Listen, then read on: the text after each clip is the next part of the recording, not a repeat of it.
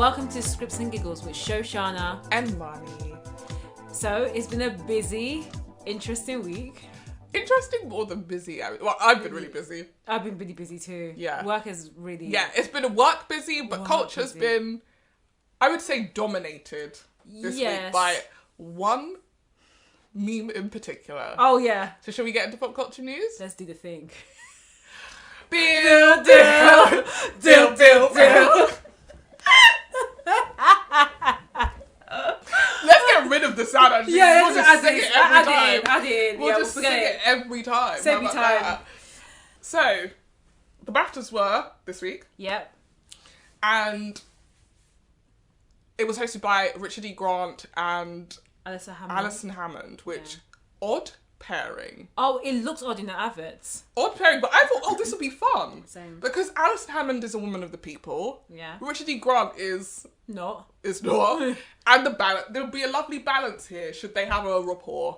In reality, what happened was Richard E. Grant hosted the show. Yeah. And Alison Hammond did backstage chats every so often. That kind of pissed me off because when they advertised it, I was thinking it's going to be a real nice match on having these two hosts, which some award shows do have a double host. But how is it that they put one person in the behind the scenes, backstage, there just to kind of... Which we've never done before. No.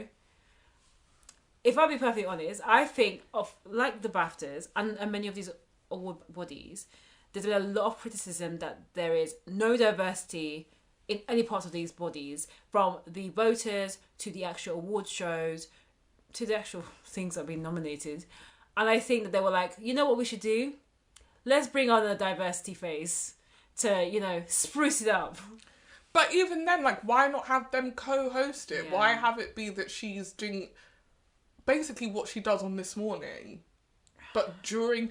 And it was also didn't really work as an edit. You'd be watching the awards being handed out and then they'd be like, let's go and see what Alison's up to. And then she would have maybe a couple of people who'd been who just won awards. But it was nice. Don't get me wrong. It was actually nice to be able to talk to the winners because they come on, they do their speech and then you move on. But it also felt even like Alison was having to rush through questions that she was asking. I've seen her be more natural interviewing actors than she was for this. And I think it's because it's still a live show. So there's a time limit to how long she can talk to them. It's not edited to make it fit a certain amount of time. Yeah. And then also, it just also didn't feel like she was able to build a rapport the way she is usually. I don't know. It felt a bit stuck, and I don't blame her. I think actually what it drew my attention to is how skilled she is as an interviewer. In that even when you could tell these weren't necessarily her questions, they didn't feel like they weren't her questions. She's a great personality. She is, and she's been doing this for a long time as well. So she is actually a pro at that. But there were times where it felt like the actors really wanted to get into their answer and she had to just ask them another question. Oh, that's a shame. Do you know? That is a shame. And it's a shame that she's kind of been pigeonholed into doing the exact same thing that she's done before. Yeah, I think Alison she had a tough job. And she did the best of what she got. But ultimately, it was a weird new segment. Yeah, that's not needed. A weird new segment. I noticed that other award shows do have a behind the scenes interview moment, but that's really for press. So after, for instance, Brad Pitt wins the Oscar, I don't know, I'm just making this up. They go to a conference. They go to a conference and they have the conversation. And that's sometimes recorded, but it's not part of the show. Yeah. But you get the extra questions, extra moments, the things that land in the press after the awards show. Why did they do that? And what was the point of Alison's role? I still think it was there to tick a box. I think because you always knew that Richard was going to be the host. And it was that, and also trying to make it a bit more down with the kids. Yeah.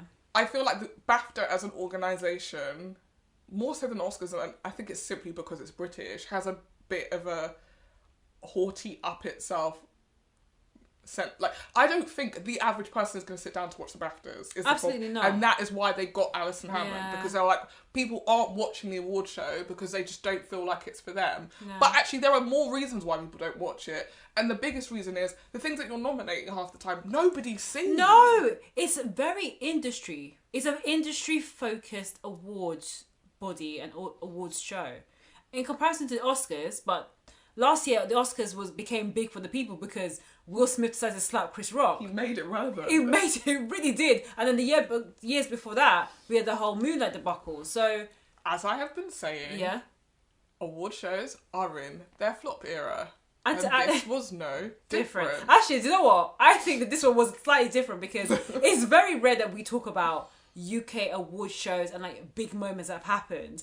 But goodness me, did something happen on this award show? Yeah. So 2 things that are... Okay, one of them is not major because this happens every year, but yet again, the fact that we have to have this conversation is crazy. The majority of the winners were all... Sorry, not the majority. The entire all of the award winners were white. And I saw... Classic. I mean, I try not to... So whenever people write articles like this, I try not to click on them because I know what the discourse is going to be. It's going to be racist people going, this is a white country, of course the winners were white. If you want black people to win, why don't you go to black country? That's what those people sound like to me.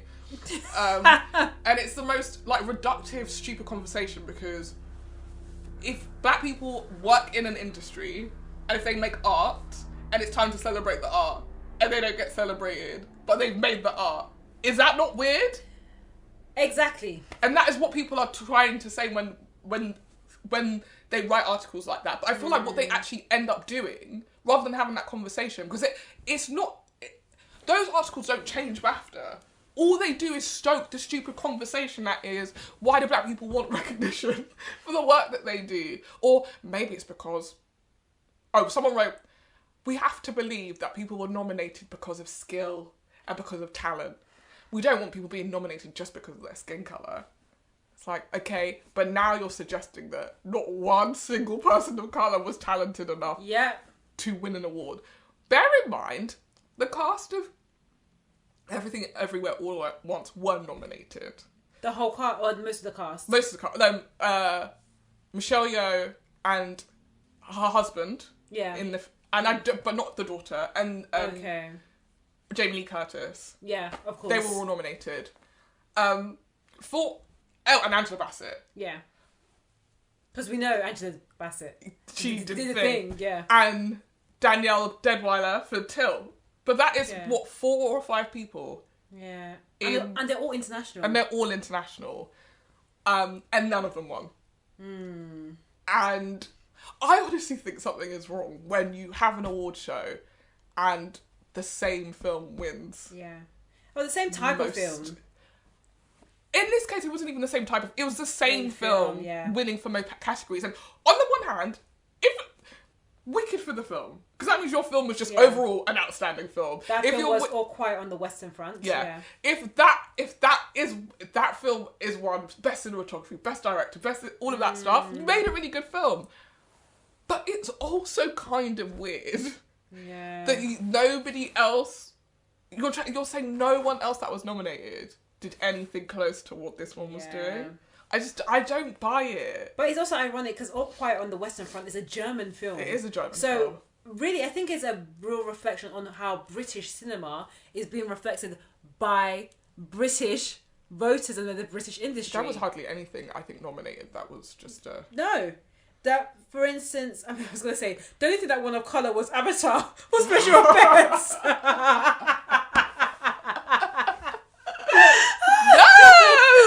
Avatar.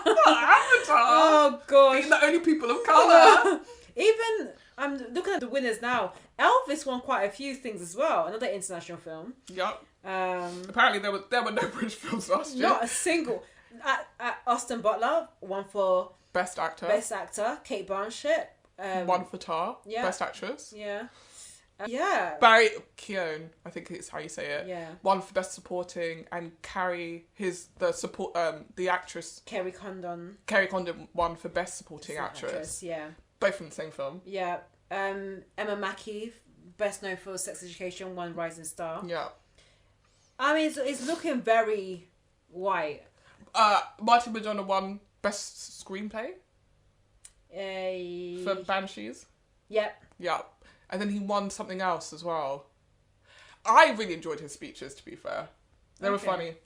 Really? As in, like, funny in that way where it's like, not trying to be like, okay, I spent 2 days writing this joke. Some of the energy was from people coming up. I'll say this. One thing I hate about award shows, people coming up and being like, I didn't think I was going to win, so I didn't write anything. Come on. You must have had something in your mind. Even if you didn't think you were going to win. Yeah. It's not now that you're on the stage that you need to start composing. One of my favourite... Stop wasting our time. Yeah, one of my favourite awards speeches was Spike Lee from... when he won for... What film was it? I can't remember the name of the film. But he brought out his paper. He brought his pen. And he read every single person who was helping him. Martin Madonna had a paper. Yeah.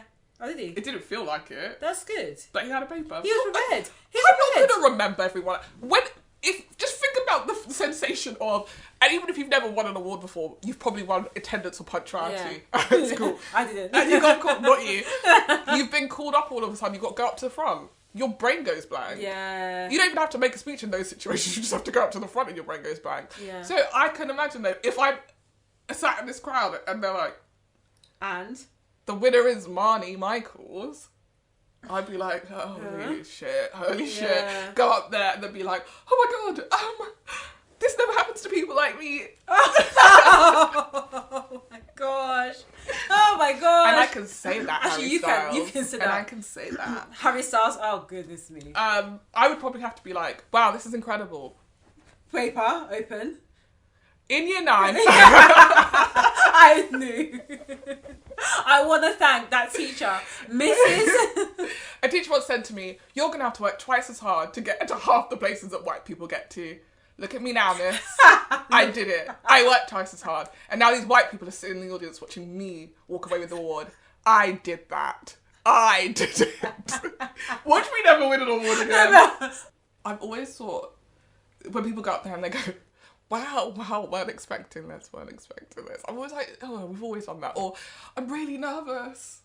I wouldn't say. No. I feel like people think it's endearing, but I actually think sometimes people don't find it endearing. As a person watching it, when you're the 5th person who's come up and been like, oh my god, I'm so nervous. No, come up and be like, yo, honestly, open with I deserve this. That's what, yeah. I deserve this. I worked really fucking hard. Yeah. So, thanks. Didn't someone use their speech to be like, so-and-so's really hot? Oh, I would if I really wanted to shoot my shot. FYI, you're really hot and I'd like to go on a date with you. That's really inappropriate, surely. Not now that post Me Too. No, you can't do all that. No, you can't. You can't be doing all that. I like when they thank the other nominees. I think that's nice. And they go, your films were... Martin Madonna did that when he won Best Director. He thanked others. Yeah, he said all of your films were so brilliant and it's so inspiring to be nominated in the same category as you. I think that's nice. I'm sure that the nominees that didn't win are probably just like... Thanks. Yeah, but if you have to do the fake as you're a smile. so thankful, why don't you give me your award? Yeah. Yes, the fake as a smile is because you know that the camera's on you. Yeah. What Kanye said that was funny was like, everyone asked me what would happen if I didn't win. Now I don't have to. Put his hand up with the Grammy and walked off. Work. That's how you do it. I mean, he gave a really nice speech beforehand, like, you know, him having his accident, giving him a new reflection on life, etc. Blah blah blah. But that was a memorable moment. I also think I think it's great to say this was a labour of love.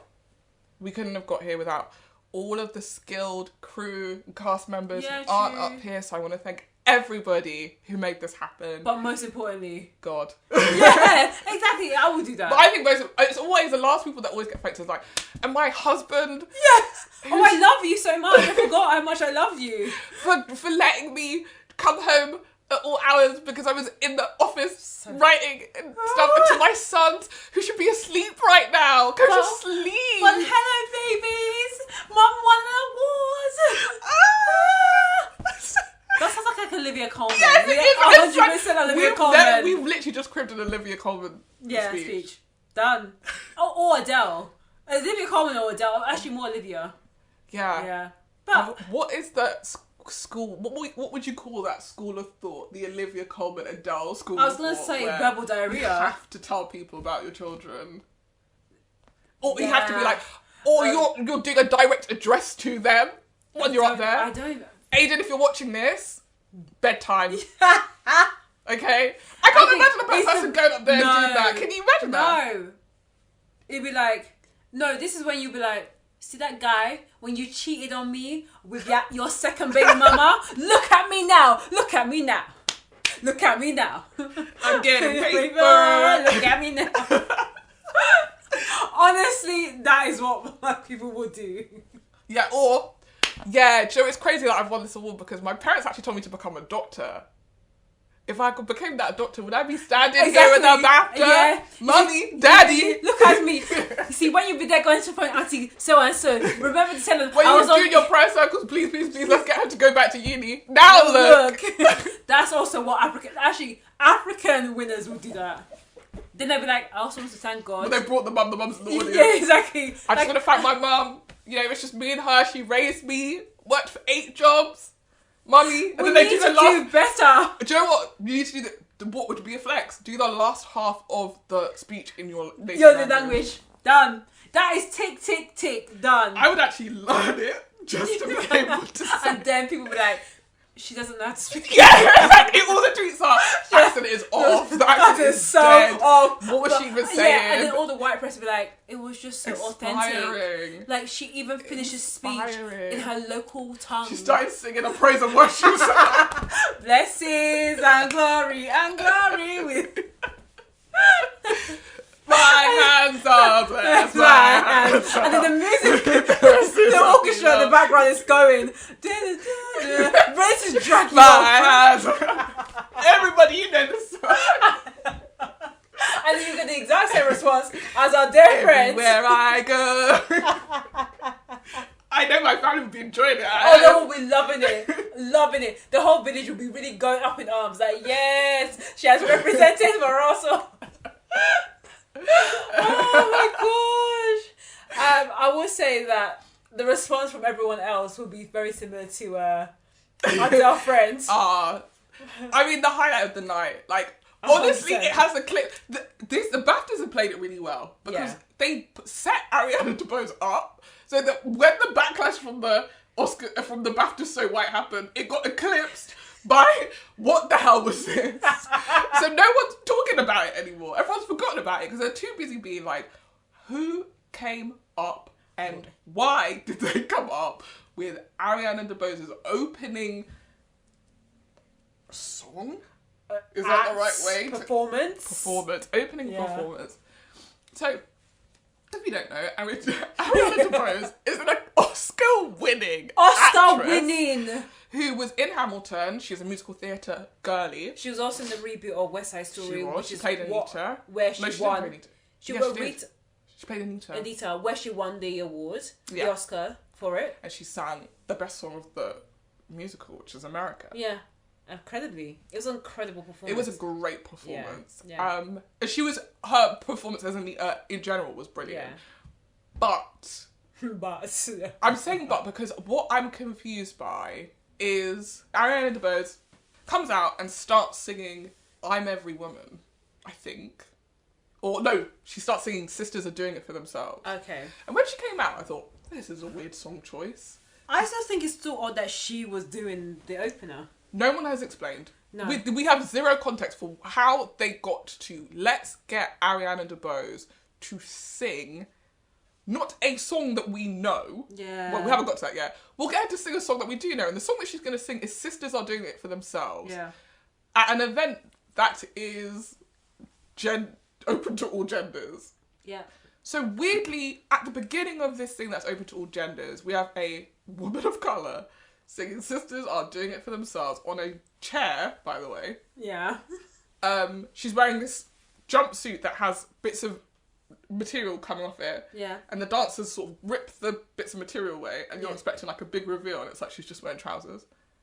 Wow. Like I wish the skirt had been closed so you didn't see the trousers. Yeah. But anyway, I still would have been disappointed. I still would have been disappointed.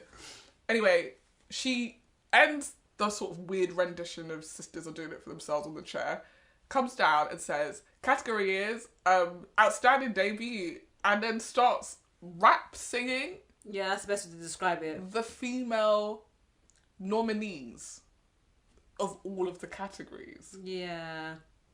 It is... Also, at this point, she's already sang one song. And she's been stood on the chair doing choreography. Yeah. So when she gets off the chair, you can hear in her voice, she's a bit winded. Winded, fam, becomes breathless. A bit winded. So she then proceeds to do this song where she's naming every single nominee. Yeah. And it feels like progressively she's either getting behind the music, like she's slower than the music, or she's becoming more and more out of breath, because now she's doing a whole number where she's going from the stage up into the crowd, while she's still singing and rapping, while there are dancers around her. And the thing that cements that this was a big mistake, if what we've described isn't cringy enough for you, when they cut to the women that are being highlighted in the song, they all look so deeply confused and uncomfortable. As well. Uncomfortable is the best way. Uncomfortable. And they're like, she's one of the lines is like, Anna, I loved you in Blonde, and they cut to Anna de Armas, and she's just straight face, doesn't even acknowledge it. It's bizarre. It's bizarre. And everyone they cut to just seems like, again, like they're behind the music. Like they haven't heard their name. Until the cut away from it's like they just get it like, oh, was that me? Literally, everyone is like that. Michelle Yeoh, Danielle Denweiler, Hung Chao, and then we get to the middle point of the song, which is Angela Bassett did the thing, Viola Davis, My Woman King, and at this point she's doing this sort of weird flicky dance with her arm. The bang, no one's talked about the insanity of her hairstyle is what feels like a bang and then a clip-on bang. Like they feel like two different textures of hair, but the bang is clearly getting in the way of her face as she's singing the song. So she keeps like shaking her head. There's a problem. And the bang is swinging away when she's doing her Angela Bassett did the thing, Viola Davis, My Woman King, and the only person who seems to be vibing with this song in a room full of people is dear sweet Auntie Viola, who's doing a polite little click and wiggle to a different beat of a different song. Which makes me think either the audience were literally listening to a completely different song or they could not hear it properly. They probably couldn't. Because they look so puzzled. Yeah. Actually, there's a couple of people that are like trying to shake their head, but most of them look so confused. Because not only has she made up a song, but the song that she's made up is it's not even to a beat of a song that you recognise. And also, it just feels weird and off. And I mean, the breathlessness adds to it. But everyone looks uncomfortable. And the one thing I have to say is, this could potentially have worked in an American award show. Because Americans, they love this type of like grand, big opening gestures and opening performances with actors that do like singing performances like Neil Patrick Harris or Hugh Jackman. And they're known for doing that. That's their specialty. They come from that world. So is Ariana as well. When you're in a very not conservative, but more prim and proper type of audience, which is the Baftas, which is a bit more formal, this type of thing just doesn't run. It's just so American, and that's why I think it just didn't land the way that the Baftas assumed it was going to. I mean, I love that they tried. I love that they tried, but I also have a second piece of shade to this. Had she sang the nominees that I'd won that were women, how long would that song would have been? 2 seconds. 2 seconds. It wouldn't even be from Benoit I don't highlighting even... it. Because then people would be like, why did you sing them and not the other people? Yeah, it'd be like, Kate Blanchett, you're cool.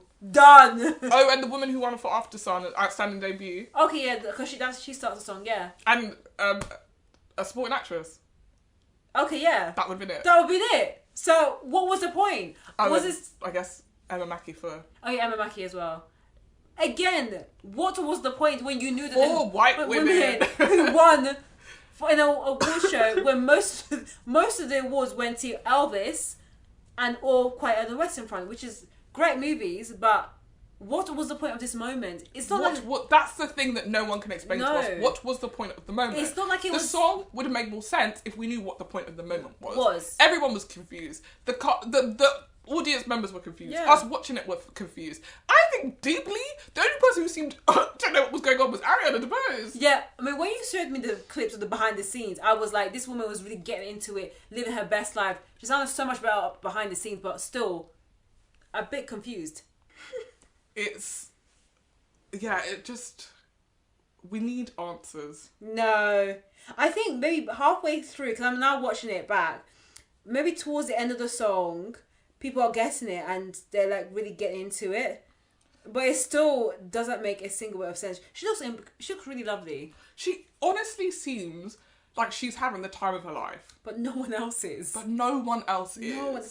It's that thing that happens, and we talked about it. You know, when you are potentially on a date or if you're with someone and they sing to you, just to you, one-on-one, it always feels a little bit uncomfortable and a little bit awkward.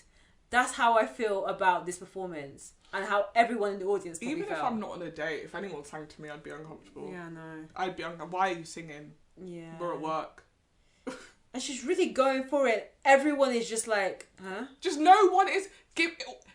It's crazy how the reception of this clip would have been different had even the audience seemed like they knew what was going on. Yeah. It makes such a difference that like they're just like...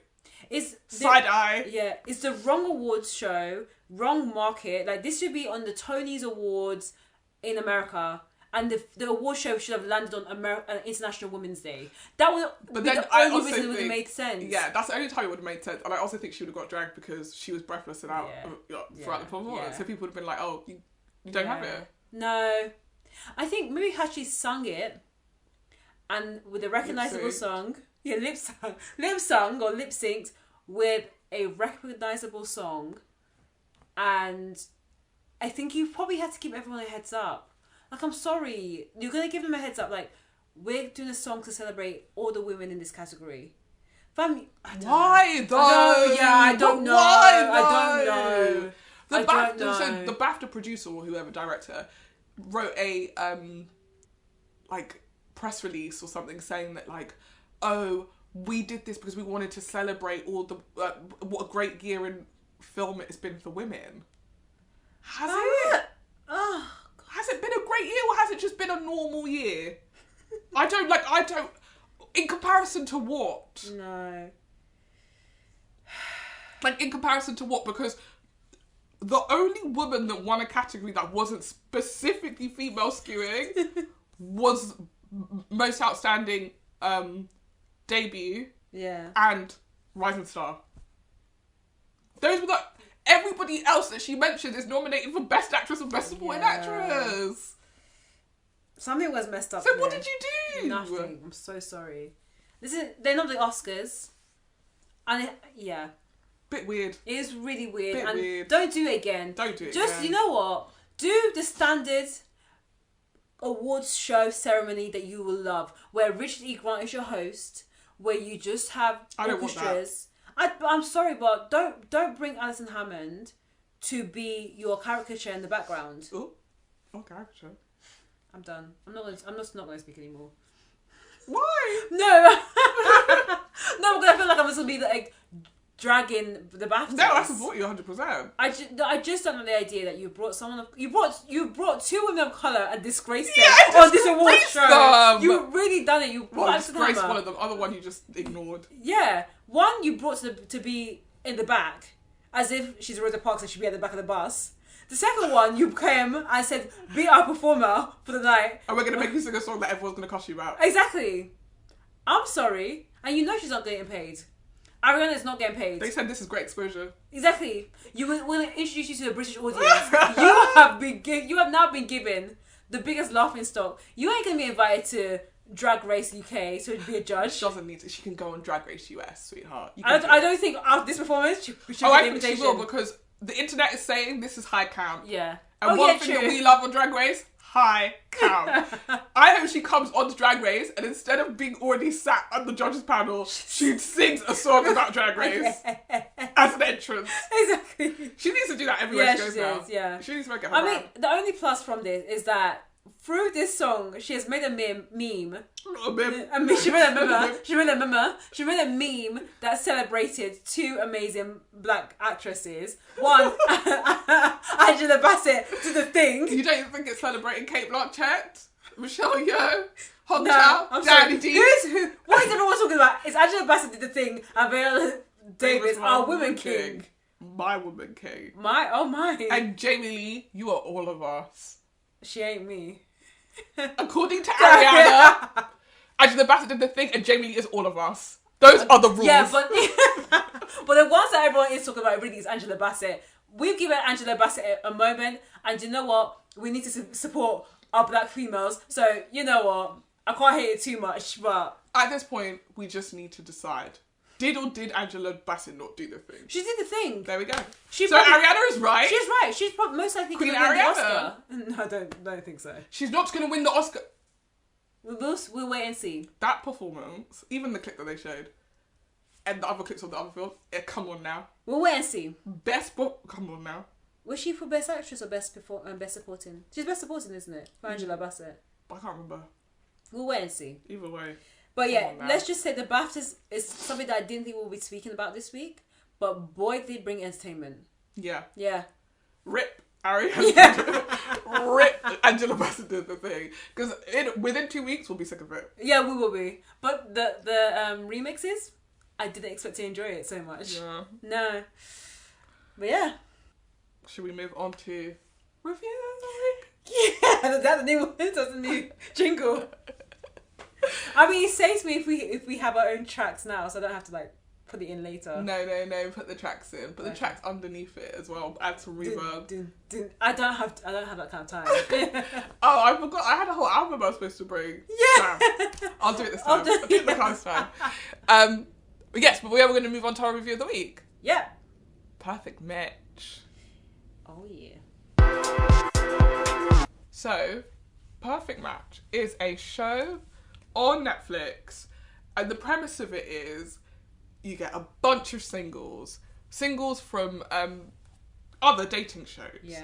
And the aim is that they're going to go to this villa. They keep calling it a villa, which I find really funny. It's like, it's actually weird hearing people call things villas, not on Love Island. Yeah, it's true. It's like, no, Love Island is coined villa. They own it. They've trademarked it. Just say it's a nice mansion. Island. Just say island. Maisonette. Whatever you call it. Another name for a house, but not villa. We call it a villa. Villa. So yes, these singles come to this villa. They are all ex-reality TV stars, specifically from Netflix shows. Yeah. And the aim is that you match with someone in the villa. You do compatibility challenges every week. Yeah. If you win the compatibility test, you get to go to this room. I can't remember what they call the room, but essentially go into the room and the boardroom, isn't it? Yeah, you go to the boardroom. There are 4 eligible singles. Yeah. Who you can match other people from the villa up with. Yeah. So you can basically change the dynamic of the other couples who you think are not perfect matches by making them go on dates with new people. They then bring the new person back to the villa for the evening, and at the end of the night, everyone needs to be coupled up, and whoever is not coupled up goes home. Yep. In my head, when I saw the premise, I was thinking this is like the Avengers of Netflix dating shows, because it includes contestants from a range of their shows, from Too Hot to Handle, Love is Blind, The Circle, The Mole, also the international franchises as well. So the Circle France.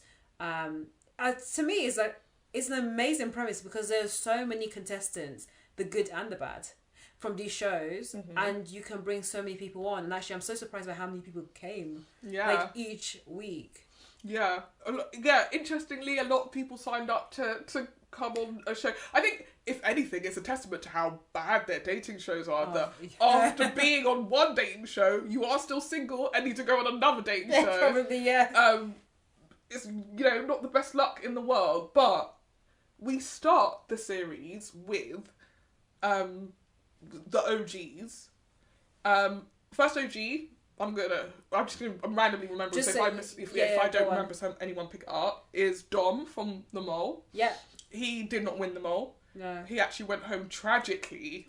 It was early, tragic, yeah. And listen to our review of the mole to hear how much I think Dom was robbed because he was an asset to the team. He was, yeah. He was a threat as well. That's why he had to go. He was. He was definitely... One thing he wasn't was the mole. No, he was not. He was not.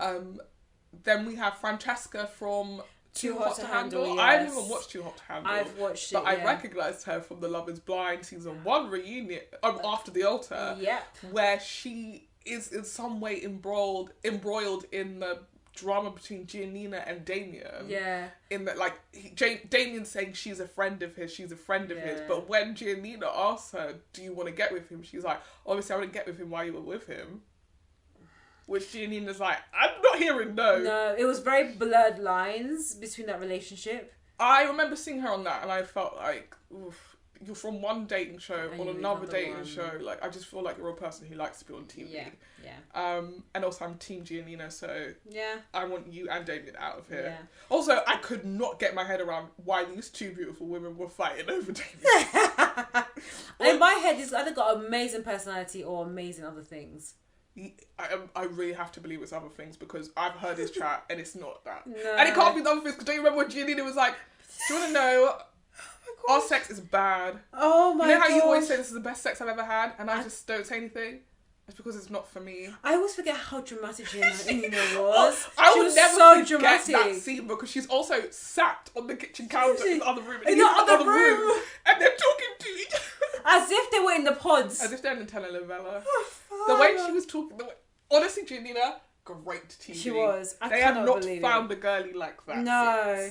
I always felt like Damien was a bit older, a bit more mature in comparison to all the other guys. When he said he was 28 at at the reunion, he was giving me older guy energy. I said 28, sir.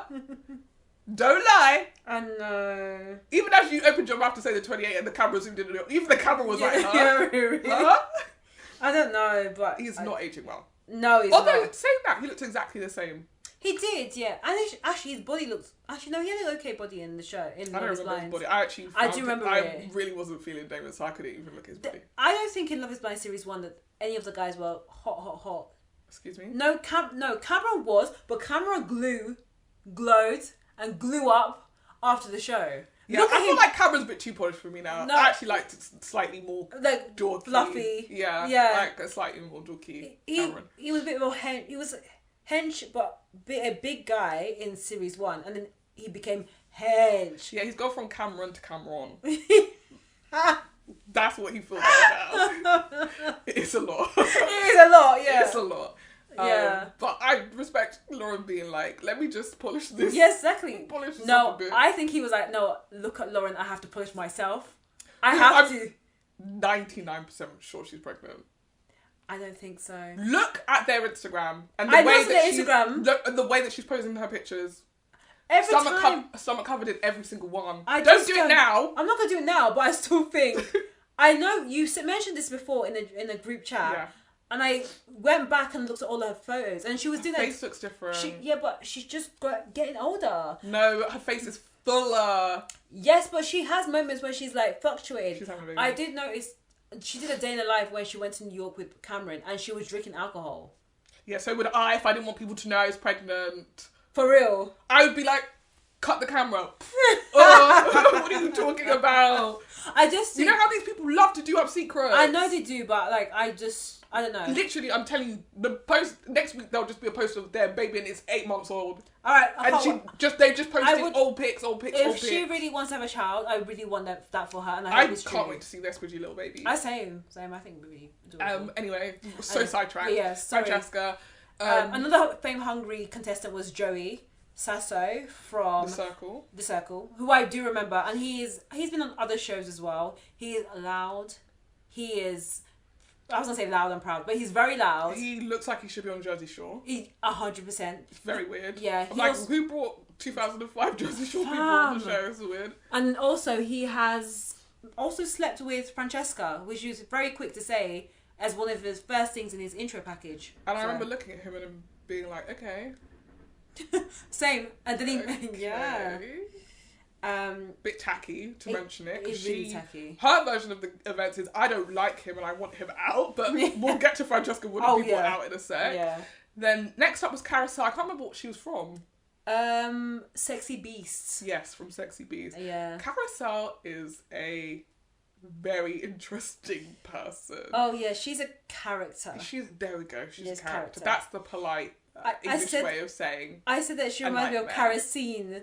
Kerosene, because she is quick to ignite and blow up herself as well as with people around her. I'm 8 episodes in, I've decided I don't like her. But at the beginning, I was like, do you know what? She's very mouthy. She says what's on her mind. At least you kind of get what you'll get.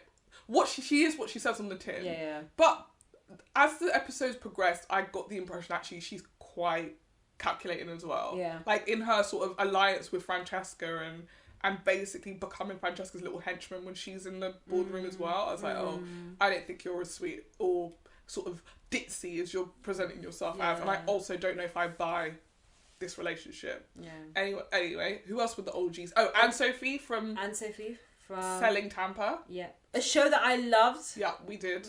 We ranked it quite highly in our top shows and flops of 2022. And then also Nick from The Circle. I think series 3. I remember watching it. Really enjoyed his character. Inez. Yeah. Was she from Too I Much think Handle? she's The Circle France. Oh. Yeah. Inez, who's lovely. Really lovely. We'll get to Inez. She's a sweetheart. Yeah. Savannah from The Circle. Yeah. And the guy from The Ultimatum. Zay. Oh, Zay. Those were our OGs. OGs, yeah. So the first night, everyone has to couple up. Carousel and basically immediately says that her and Joey have had history. Tells us a lot of intimate details about that history. In that they were together and they had sex really earlier and then the sex was incredible, but then he didn't want to commit to her. It turned out he was doing up someone. It's like a very weird fucking story. Yeah. Anyway, at the end of that, where it seemed like there was a lot of drama, she goes to Joey and says, should we actually couple up? Because maybe this is fate that we're back together again. Joey says, absolutely, let's do it. They're the first people to couple up.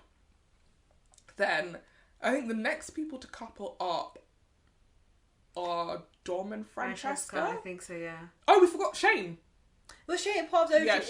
Shane is OG. Yeah. Shane is also an OG. Shane from Love is Blind, who honestly hasn't changed a bit. No, he hasn't, and I don't know whether I'm not happy about that, because he was concerning, especially in the reunion of series 2, but he's not crazier than what he was before. No, he is actually the same amount of crazy. Yeah.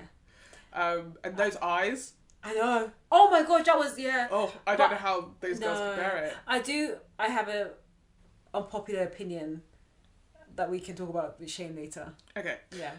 So I think the next people to couple up are actually Shane and Inez, actually. Yeah. It's Shane and Inez who are next to couple up.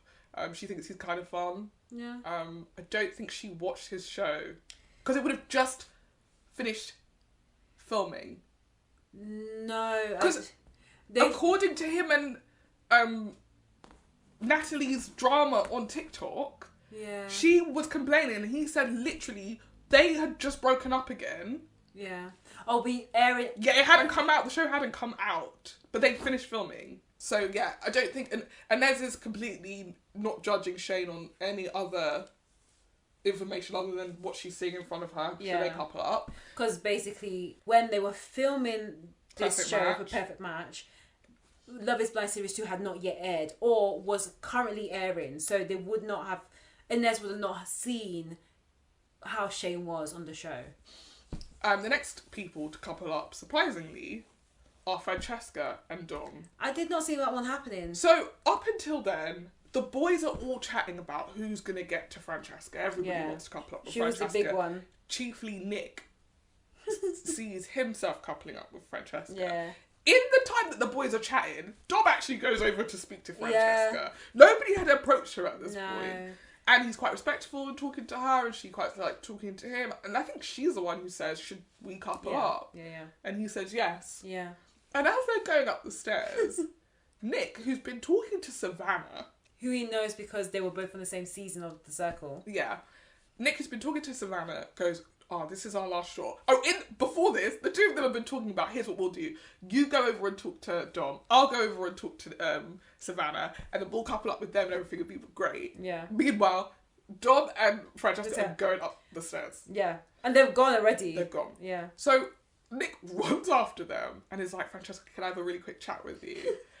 And pulls her aside and is basically like, yeah, it'd be great to couple up with you. She's like, I'm actually already coupled up with someone. You should have come up to me sooner. That was so funny, but also I'm sorry, like, I have no mercy for Nick. Because Nick, you missed your chance. You missed the boat. And seeing Francesca and seeing Nick and their personalities, it wouldn't have worked. Yeah, and I feel like once like the first two people went, everyone was starting to sort of panic. Yeah. Be like, oh, I better pick someone. Yeah. Because I might be left with the spares. I also think there's some production intervention with this, because I think you have a time limit. You can't be there chatting for too long. No. Yeah. I think you have to. Yeah, the night can't end with you not coupled up with anyone. And so after that, after Francesca and Dom ride off into the sunset, Nick goes back to Savannah and says, why don't you and I couple up, and then we can sort of do strategy and win the whole thing. Yeah, because we are friends. And they made that very clear, like, this is a friendship thing and this is not a relationship thing. Savannah says on several occasions, I'm not attracted to Nick. Which is surprising, because I think Nick is not bad looking. But I'm just saying, let's lock that in. Yeah, exactly. Yeah? Lock that in and then, This is very useful information, viewers and listeners and lads. Yeah. She says on several occasions, oh yeah, I am not attracted to Nick. I don't know who it's for that she needs to keep saying it. It's maybe for him. No, this isn't the talking head. Yeah. So he's not even hearing this. Yeah. Anyway, they go up. The only people left at this point are Zay and Anne-Sophie. Yeah. And they're like, how did we end up being the last two people at the club? The lights have come on. Everyone else is going on with someone. I guess we're going home together. And Zay and Anne-Sophie couple up. Zay and Anne-Sophie, in that coupling up, it's very clear there is nothing romantic in it. They are just the last two people. Yeah. And it wasn't clear to me, I think because the episode focuses on everyone else, whether it was that Sophie liked him but he didn't like her, or he liked her and she didn't like him, what had happened, or whether they had been speaking to other people or what, but they just somehow are the last two people. Yeah. So, also, again, the ultimatum had not come out for them to see Zay in all his glory. Yeah. Anyway, Zay's not misbehaving. No. In any way. He's just not really moving to anyone. No. I don't think he should have been on the show, but he came for a holiday. Yeah. I think just to be on TV. A lot of these people, the feeling is that maybe they just came to be on TV because the way they conduct themselves on the show is question mark. It's just to extend the 10 seconds of fame that they had from the original show they were from. Yeah. So from this point, we're not going to do like an episode by episode blow, but I think we just need to hit the hits. Yeah. So the first rocking of a couple is Carousel going on a date with Chase. Yeah. Chase is Joey's friend. Yeah. Which is weird in and of itself. Because Chase is also known for Too Hot to Handle. Yeah. But somehow him and Joey know each other quite well. Yeah. Goes on this date with Carousel and Chase literally introduces himself with the line, I wouldn't call myself a villain. More of a vigilante. And honestly, that's the most accurate representation of anyone I've... Like, the self-awareness, I have to respect it. Yeah, true. Because the way he then conducts himself on this show is mad. Yeah. But he goes on this date with Carousel. They smooch on the date. They come back to the villa. Smooch at the villa. And then Carousel couples up with Joey. Chase is there now. And he's like, I'm not going home. And so he's like, I'm Sophie. You're a beautiful girl. I'm really feeling you. Let's cut. Oh, wow. Really trying to put the moves on Anne-Sophie.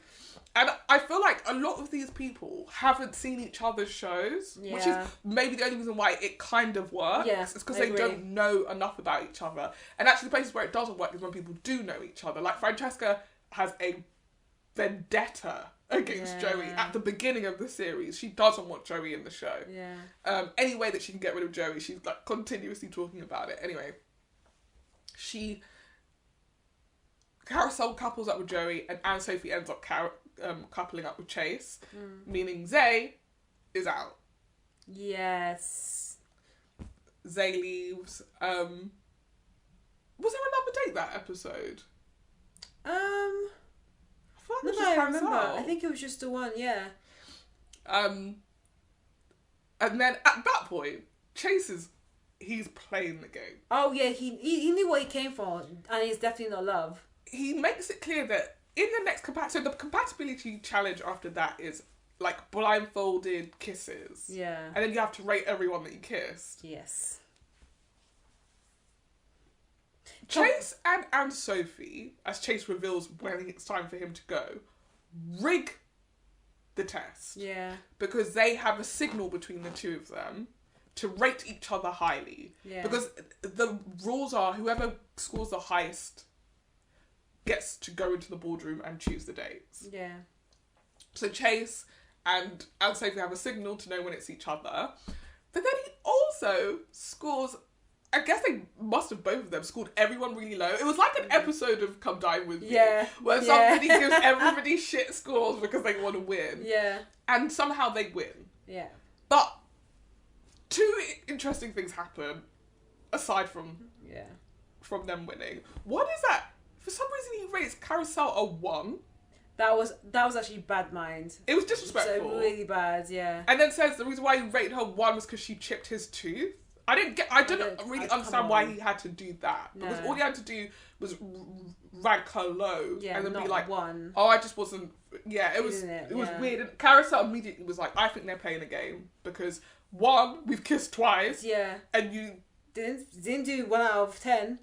Also, Carousel got generally quite high scores from everyone else. So it just felt very odd that Chase gave her the 1. Yes. The other thing was that Savannah, who's in her friend date, and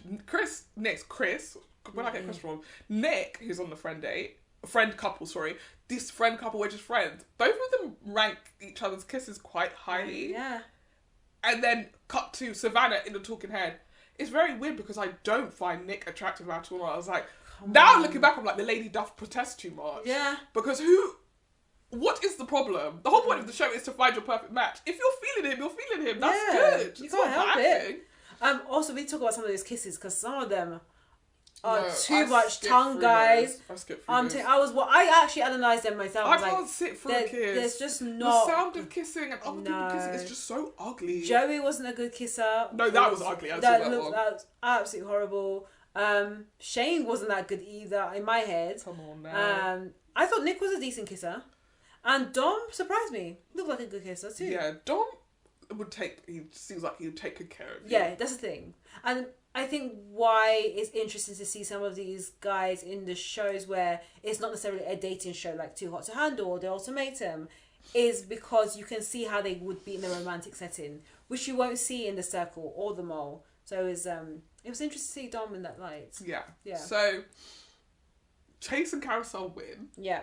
No, Chase and Sophie win. Yeah. And it's their turn to plan a date. Oh, before this, I think that happens that I thought was so weird was Chase is like, Carousel's so hot.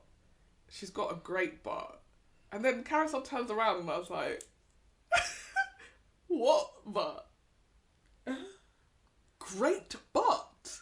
Oh my god. There was a lot of people calling saying, oh, she's got a great... And they cut to the person, I'm like, in what universe is this a great butt? But again... That's apparently, whatever great butt means. I really want to analyse what it means when someone tells a white woman she has a great butt and someone tells a black woman she has a great butt because it means two different things. I think a lot of it is to do with the shape and the... What do you call it? The popping out of it. Yeah, sorry. Yeah. It wasn't popping. Yeah. And I think it has to... You have to have depth. We spoke There's a depth and width. That's you need both of those. And I think when the girl... And it has to be in proportion to the rest of your body. Yeah. But I think what surprises some guys is when a white girl has a butt and it seems a bit out of proportion. And they're like, that's a great butt. Okay, Or dude. it's always wide, but it's definitely not in depth. Okay. But black girls give you everything. The depth, the width, the height, the body, yadi. Everything. And then, yeah. So, I can't remember whether when Chase and Sophie go into the room, does he choose someone for himself to go on a date with? He does, doesn't he? He does, yeah. So after all of this, Yeah. get Anne Sophie to get you in the room, to keep you in, she's kept you in, and Sophie's like, oh yeah, I actually did quite enjoy our kiss. His plan is only to win the challenge so he can go into the boardroom and pick a girl for himself to go on a date with. Yeah. And that's when you knew he wasn't just in his villain era, he was in his vigilante He's in his era. vigilante era, for Yeah. sure. Because he said, I came here to play a game, I came here to win, I'm not fussed about people's feelings. Yeah. And Sophie comes back to the villa on her ones. That is when you realise how savage this game is. Everyone's like, where's Sophie? Where's Chase? He's gone, picked a girl to go on a date with himself. And that girl was Georgia. And that girl was Georgia. And I actually have no idea what show she's from, which is so helpful. Oh, Too Hot to Handle? Potentially, yeah. Actually, yeah, maybe because he knew her from the old world. Yeah. The old world. From, the previous show. But yeah, by that point, I realised that I didn't like Chase. Yeah, no. And also, Chase. I watched Chase in his season. Oh, Georgia is Australian and she's from Too Hot to Handle. Okay, I think maybe it's just a global one. But one thing I watched, when I watched Chase in Too Hot to Handle, even though he broke the rules sometimes, I felt like he was quite a nice guy, or seemed to be a nice guy. And so seeing him in this he came edit, in with very weird energy as well. Like when he came in, he was like, I've come here to show people that there's much more to me than what they saw on the screen. But you are just being a villain. And I think part of that, I'm questioning how much production intervention has happened with Chase's character to make him seem a bit more villainy than he is. Yeah, I also wonder if they, maybe with some of those people, really pushed the backstabby competitionness of it all. Because it really, you could split that villa and people who have come here to find love and people who've come here to win a game. Yeah, and there's not that many people on the love side. Yes. Anyway, Chase picks Georgia, brings her back to the villa, they couple up, and Sophie, you're Has out. to go. At this point, Nick and Inez are talking to each other because it feels like Francesca and Dom are tight, and Savannah's still saying she don't want him, and him and Inez are both clever, is Nick's thinking. And also Inez is a babe. But also for Inez, she's like, yeah, I like Shane, but it's not really doing anything happening, and it feels weird. Like when we're with the rest of the group, I don't really feel his attention. And then from Shane's perspective, he's like, oh, I don't want to put in 100%. Basically, he was like, I don't want to give anything to you if I'm not going to get it back.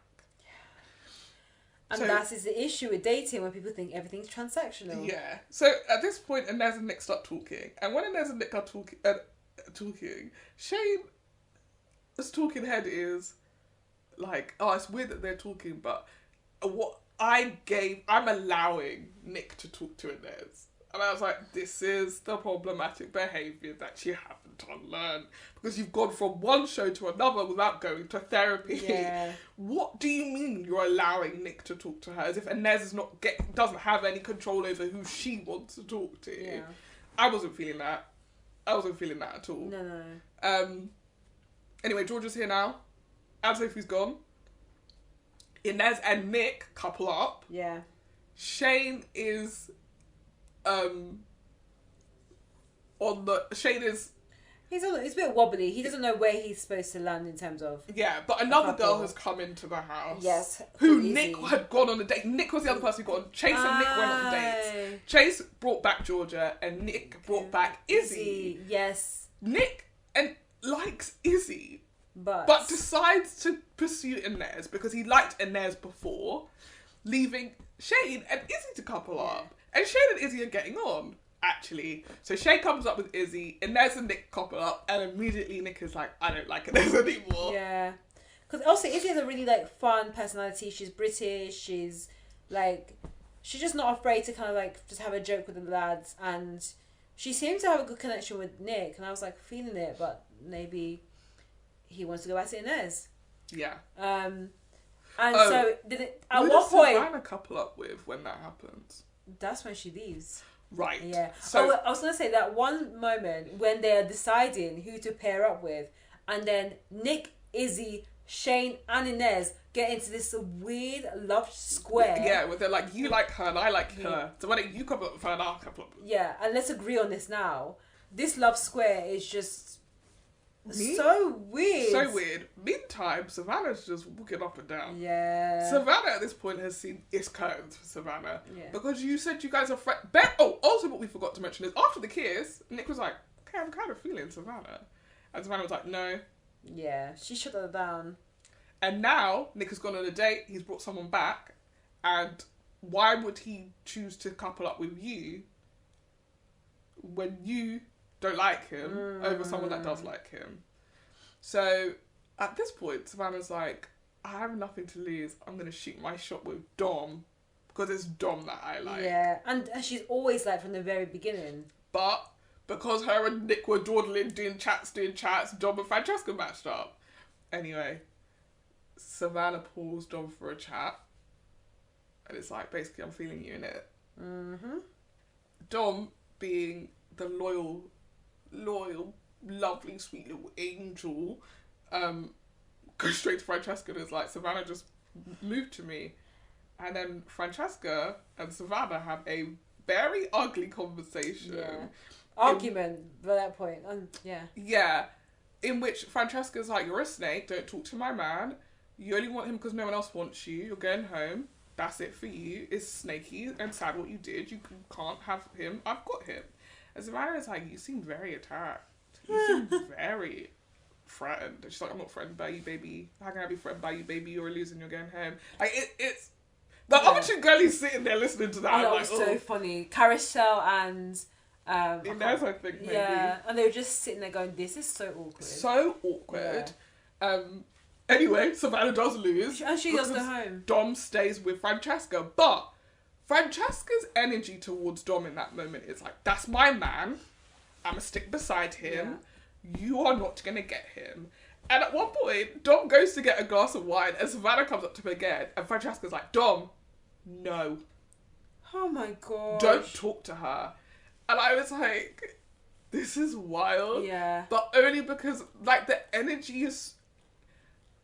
At that point, I wasn't sure whether it was, I don't like this girl. Yeah.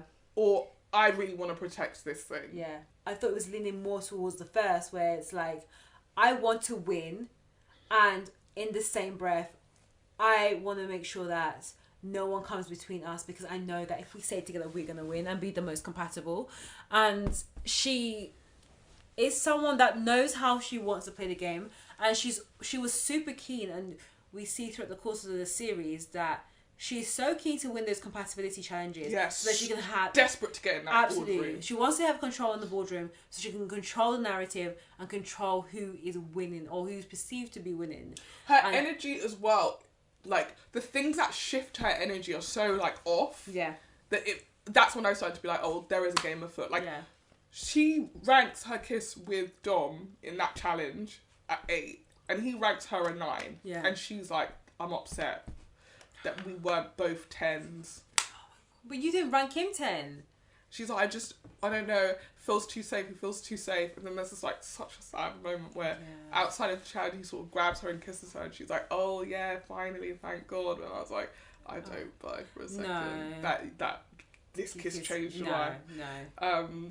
I think Dom was desperate for that kiss to have changed her life. And he could have pulled out all of the tricks in the book. She doesn't like him. No. I think it's very clear that Dom is on the side of, I'm not playing a game here looking for love. And Francesca is, I am 100% looking for a prize at the end of this, and it's not love, I just want to win. Yes. Or I want to make it, I want to see who else is on the board. Yeah. And then make my decision. Yeah, exactly. And I think that's where it becomes very clear that Dom is heavily invested into a relationship, which I'll be perfectly honest, I think by that point they were only like day 5. Yeah, it's episode 5. Yeah, Episode 4. Yeah, it's actually. not even a week they've met. And I think in comparison to some of the other franchises, like the Two Hots and the Circles, the mole is very new, and so a lot of people didn't actually know who Don was, and that was another funny thing where you see like keep being like, what show you on? What show are you on? What show are you on? Or they're walking into the villa or the mansion, and everyone would look at the door and then go back to what they were doing because they have no idea who the new person is. And so I think that for Dom, he's at a bit of a disadvantage because he doesn't understand how these shows work and how incestuous everyone is. Yeah. So they know what pairs they're coupling up with before they even enter the villa. Yeah. That's why Carousel and Joey is such a weird but such a quickly matched couple. Yeah. So yeah, I feel for Dom because he's very invested and the tears flow. So before we get to that, yeah, he shuts Savannah down. Him and Francesca couple up again, and then Savannah goes back to Nick, and she's like, "So who you gonna pick?" And he's like, "Oh, it's just really tough for me because, I like Inez and she likes me." And she's like, "Think about what we did last night. Are you really gonna send me home?" How is Serena blackmailing basically?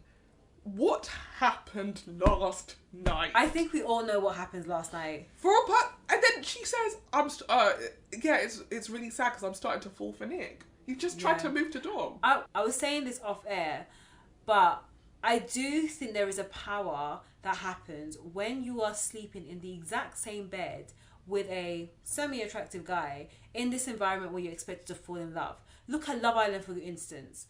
That they've used that premise of making sure that the couples, however established they may be, to sleep in the same bed together. There is something in that creates a connection. Especially when Savannah knows that the kiss that she had with Nick was relatively strong. It's one of the highest that they scored each other. So she knows that there is a connection there and she wanted more of a kiss. Or she wanted more kisses afterwards. So maybe that was... but I also just felt like the timing and the way it all came out just read as desperate to stay in the show. Yeah. And that's why in that beef between Savannah and Francesca, honestly, you're both as bad as each other. Yeah. That's why I enjoyed it, actually. Because I feel like had Savannah been coming for someone who was like genuine and just wanted to speak to the guy that she liked. Not Savannah, had Francesca been... had it been Inez... Yeah. I would have felt differently about that conversation. Anyway, next episode. Dom and Francesca finally win a compatibility challenge. Yep. Great teamwork. Yeah. But also she's a drill sergeant. Yeah. They get to go to the boardroom and on the board is Damien, who, as we mentioned before, Francesca, I knew through her brief interaction in the Damien, Gian and Nina story. And Francesca says, "Me and Damien have unfinished business and I need to see where that can go. So I'm gonna go on the date, actually." That one Dom is blindsided. Yes, I was too. Everyone was. When Dom came back to the villa by himself, everyone was like, "Where's Francesca gone?" I didn't understand her thinking. No. I didn't get it. At that point, that's when I realised this show is a joke. It's not a show. It's not a dating show. It's a social competition. This show is more like The Circle than it is Love is Blind or The Ultimatum, because people are just out here to win. And everyone knows each other beforehand. That's why I don't understand. If you've known each other beforehand, had a kind of connection before, why are you on the show? Unless you really want your 25 minutes of fame. Or you want to win. Yeah. So you say, "I know you and I will happily split these winnings with you. Yeah. If you promise me right now, we're going in this show, and if we couple up, we're not going to break up." I would do that. If I just wanted to win a show. Exactly, yeah. Because I would, at this point, this is my second reality TV show about finding love. Yeah. I think I would have wised up to the fact that you don't find love on these shows. No. So let's just play the game. No. Anyway, Dom comes back on his ones, crying. Oh, I feel so sorry for him. Crying. Francesca goes on the date. When Francesca comes back with Damien, Dom pulls her aside and he's like, "I love you." It is episode 5. And he says to her, I love you. And she says, don't do that. Come on now. He's like, it's true. I love you. She still doesn't. She says, I don't know where my head's at all. She doesn't say firm no. Yeah. But actually her plan is, you're going to go home tonight. Yeah. So I won't match with you. Yeah. He starts crying in his confession. This always happens to me. I give too much of myself and then I never get anything back. He's crying. Yeah. All of the girls in the house are like, why do I say girls like that? All of the girls in the house are like, we love you, Dom. We're not going to let you go home tonight, Dom. We love you. You're like, we can't imagine being in the villa without you. And Georgia, who is coupled with Chase, says, I'm not going to let you go home. Yeah. I think I'm going to couple up with you. Because at this point, George has heard enough stories about Chase that she's starting to really question his intentions. Primarily, she's heard that he has a girlfriend outside the show. Yeah. Chase says, I don't have a girlfriend outside the show. It's just TikToks. We're just doing it for TikToks or whatever. And Georgia is not convinced. Yeah. And actually, by this point, everyone realised that Chase had been cheating with the kissing game. Yeah. To navigate him going to the boardroom and ultimately throwing Sophie under the bus as well. Yeah. Actually, but she was part of it too. But either way. She didn't think it was going to bite her. Yeah. But at the same time that they've figured this out and everyone's sort of working against him, he has decided that he is all in with Georgia, actually. Georgia's who he was. Georgia who is why he did all of that. So he decides to, in his own words, pull out his last trick in the book, which is a gift box. And when she opens the gift box, there's a rock inside. And I don't know, I can't remember what the point of it was, but it's something like, this is to show you that I want to be your rock in here. Oh, or something. God. Oh, God. Everybody laughs about this. Everyone she shows the rock to is like, what the fuck is this? Yeah. She decides to couple up with Dom. So Chase is going home. Chase is gooped. Chase is absolutely gagged. He said, me? Yeah. This has happened to me, Chase. Oh, I was so happy. So happy. Someone needs to be humbled very quickly. Also, at this point, Inez is not feeling Nick. No. Inez... I think this is also when they bring Bartiz.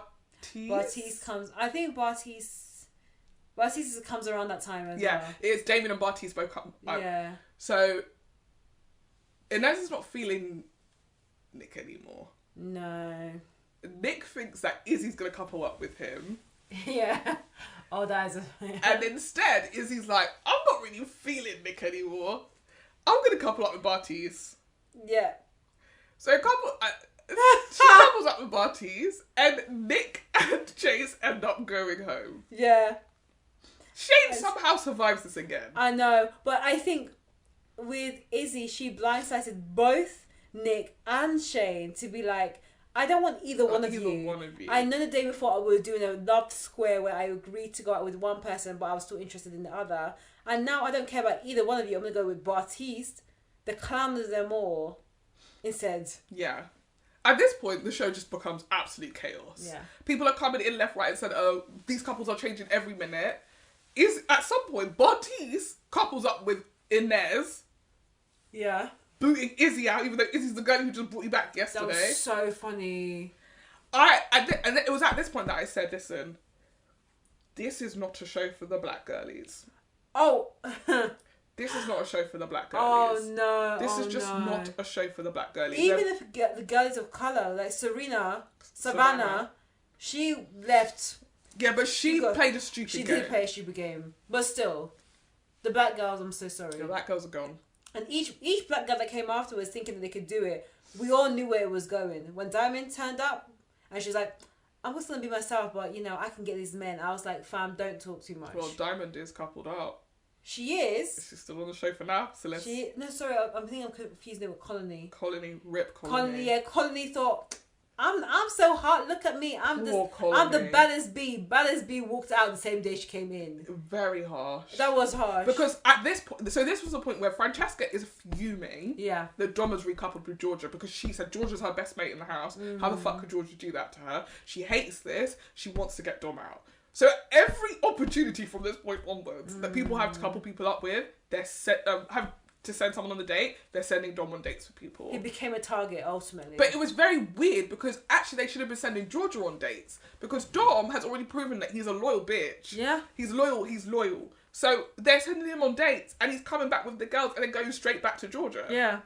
It's not working. No. So all these guys are coming in and nothing's happening. And can we always say flag, like I think Marnie said, they keep on pairing Dom and Bartiz and Chase and all the black/mixed race boys with black girls. Yeah. And none of these guys, let's be honest, are feeling the black girls. No. I never thought I would say that I related a Netflix dating show so much to Love Island as when I was watching it. I couldn't believe it with my two eyes because as you know, my two eyes and the way I sleep sometimes, these four eyes, I'm tired. Like, if you've heard my many reviews of Love Island, I'm exhausted by how monolithic Love Island is in terms of the contestants, in terms of the contestants' taste, and the fact that black contestants don't really see much love, and if they do, they're expected and pigeonholed into their own race and kind. Which I think often is not how they date in real life. No. And this is the first time where I've seen how a dating show from Netflix has taken a very similar premise to what Love Island looks like, and that's probably why we're seeing a similar result. And also, there's less. The producers are intervening, but these couples or these contestants are not chosen for each other.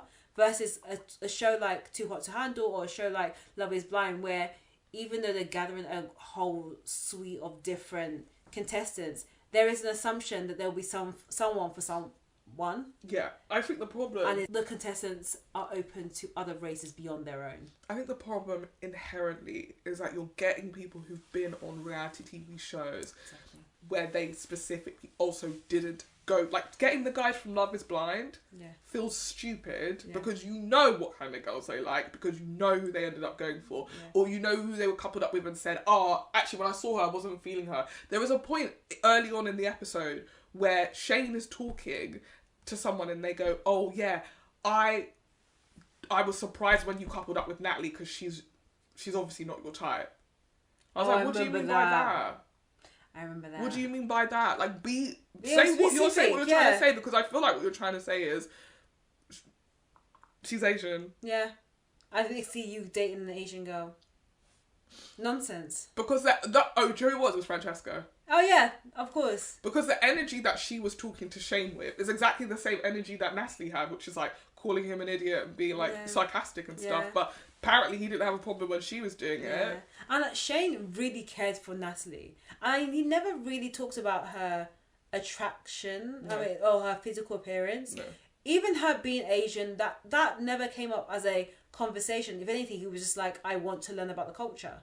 That was it. So, yeah, I realised that this show doesn't work in terms of finding love because everyone had their type and it's very specific now. And because it's a Netflix show, they couldn't just make the cast entirely white. No, but that would have been a better use of their time. Oh yeah. Because you brought these black contestants on to feel... honestly, I don't know if my mental health could handle going into a space where I'm essentially invisible. Yeah. On purpose. Yeah. Come on now. We see this, I mean, we feel it sometimes for free on a day-to-day basis. To see this on TV, to see someone like Colony or Anne-Sophie just come in with their amazing personalities and then walk right out. Beautiful girls. What was the point? What was the point? Even with the boys, boys as well, the black boys as well, Zayn and the other guy, they left so quickly. Yeah. The one that went on the date with Anne-Sophie, he left so quick. I mean, he was annoying. He sucked. But yeah, he was annoying. But yeah. The vibes was weird. No. But of course he was going to go home. Yeah. Of course he was going to go home. Yeah. You brought this guy back to the villa and really his only chance would have been Anne-Sophie. Yeah. Because nobody else in that house would have been checking for him. No. My unpopular opinion was about Shane actually. he started to warm up to me. Like, I started to warm to Shane towards the end. I think he's. I know he's a bit unhinged. Yeah, I think that's the problem. He's just unhinged. But I got the feeling how much he did want to find love, and that was what made me warm to him, because I thought, out of all these clowns that are on this show who are obviously here to extend their minutes of fame, I'm sure this guy really wants to find love. I'm sure he did, but I think, like I said, the problem is you come off one show into another one, you haven't had the time to really decompress or learn anything from it, and the energy that made your attachment with Natalie so unstable is still here, which is like him coming, like at one point he was like, Inez, you don't show me enough affection, which is exactly the same problem he had with Natalie, which is like he wants constant reassurance, but he doesn't want PDA. Yeah. So what do you want? You just want me to tell you you're beautiful every day? This is weird. Yeah. And okay, even maybe it's not weird, but it's not how everybody loves. Yeah. And I honestly think you have to have some sort of security in yourself anyway. In general, your partner can't be the person that makes you feel complete. No. You have to be some of the way there. I mean, maybe some people do subscribe to that philosophy, but for me, I want an equal. I don't want someone who makes me feel whole. Yeah. Not that, he's my other half. She's my other half. I don't like that kind of terminology, because it means that you're half of something. And I'm so sorry. At least you're 50%. You should be 100. You should be 100. You should be 100. He comes with his 100. You become 200, and then become a power couple. That's what I'm here for. Yeah, honestly, Shane wasn't the biggest villain for me. No, which is why I warmed to him a little bit more, because everyone was so heinous. But I did find him just being like, I felt like every single time something small would happen, he'd be like, oh, I'm going home. I hate that energy. Why have you come on the show? That is Matt from Love is Blind. Yeah, it's the same energy as that, which is like, and he kept on saying, I don't want to waste my time, I was like, you're on a dating reality TV show, what are you expecting? Yeah. Honey? It just gets a bit crazy. You've been on the least time wasting one that there is, which is Love is Blind, and you couldn't make it happen, so what makes you think that this one's going to be any better? Yeah. Anyway.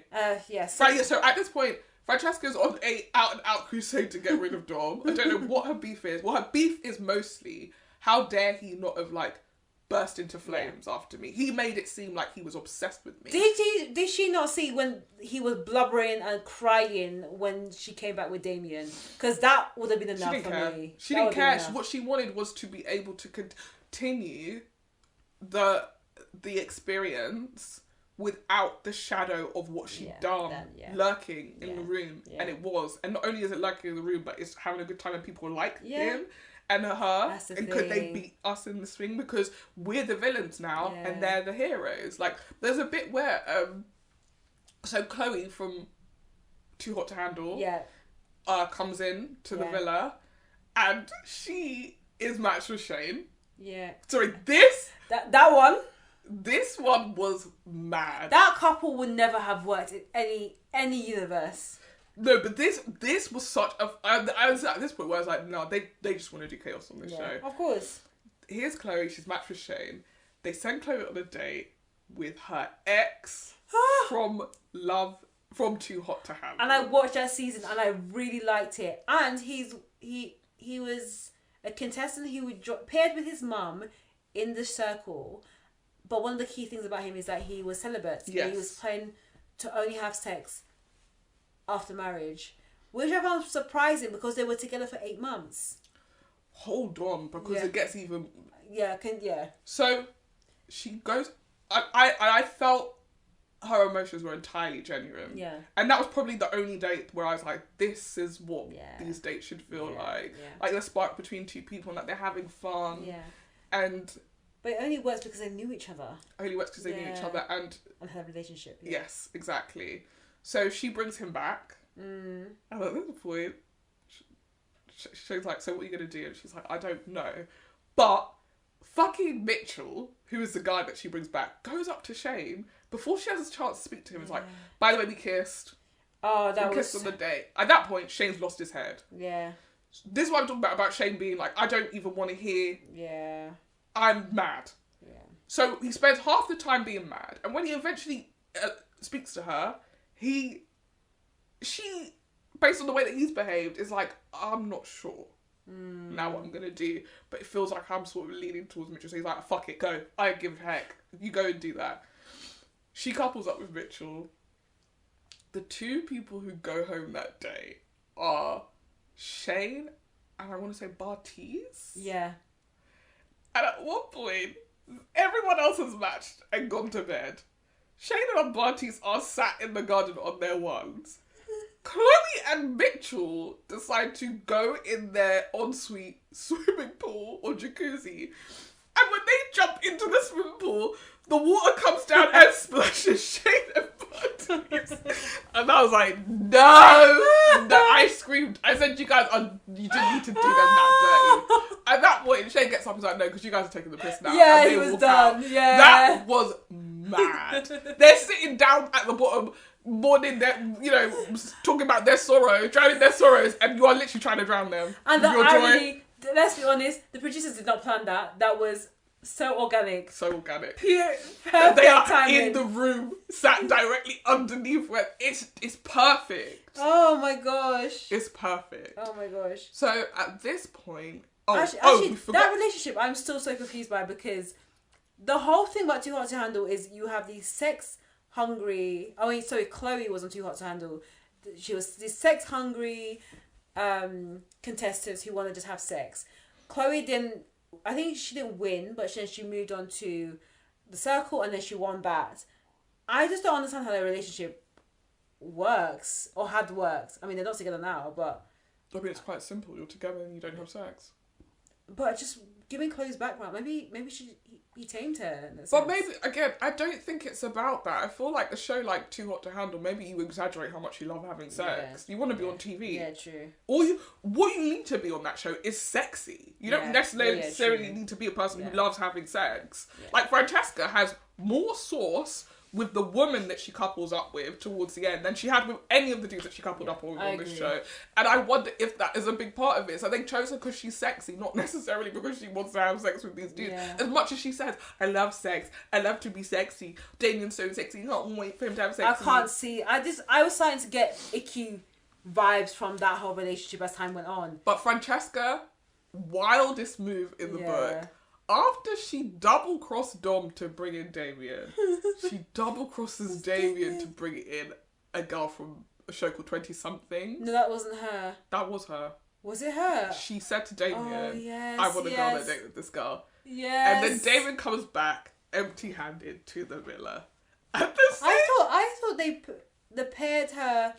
So there was two people that paired her. It was Carousel and Joey that paired her with a girl. Yeah. Carousel, who's supposed to be her mate. Yeah, well, maybe she knew. Maybe she told her mate. Yeah, there's also a weird conversation after this where Carousel's like talking about how she's also bisexual and how she needs to be with someone who will. And I was like, why are we having this conversation? No. Why are we having this conversation when you could have this play out between the two bisexual people who are currently on the date? Yeah, well, because I think she was asking Joey, like, how do you feel if she is bisexual? And Joey's like, well, that's all good for me as long as you bring her around to the house and we can have threesomes. I'm like, that's not what that is about. However, you do you.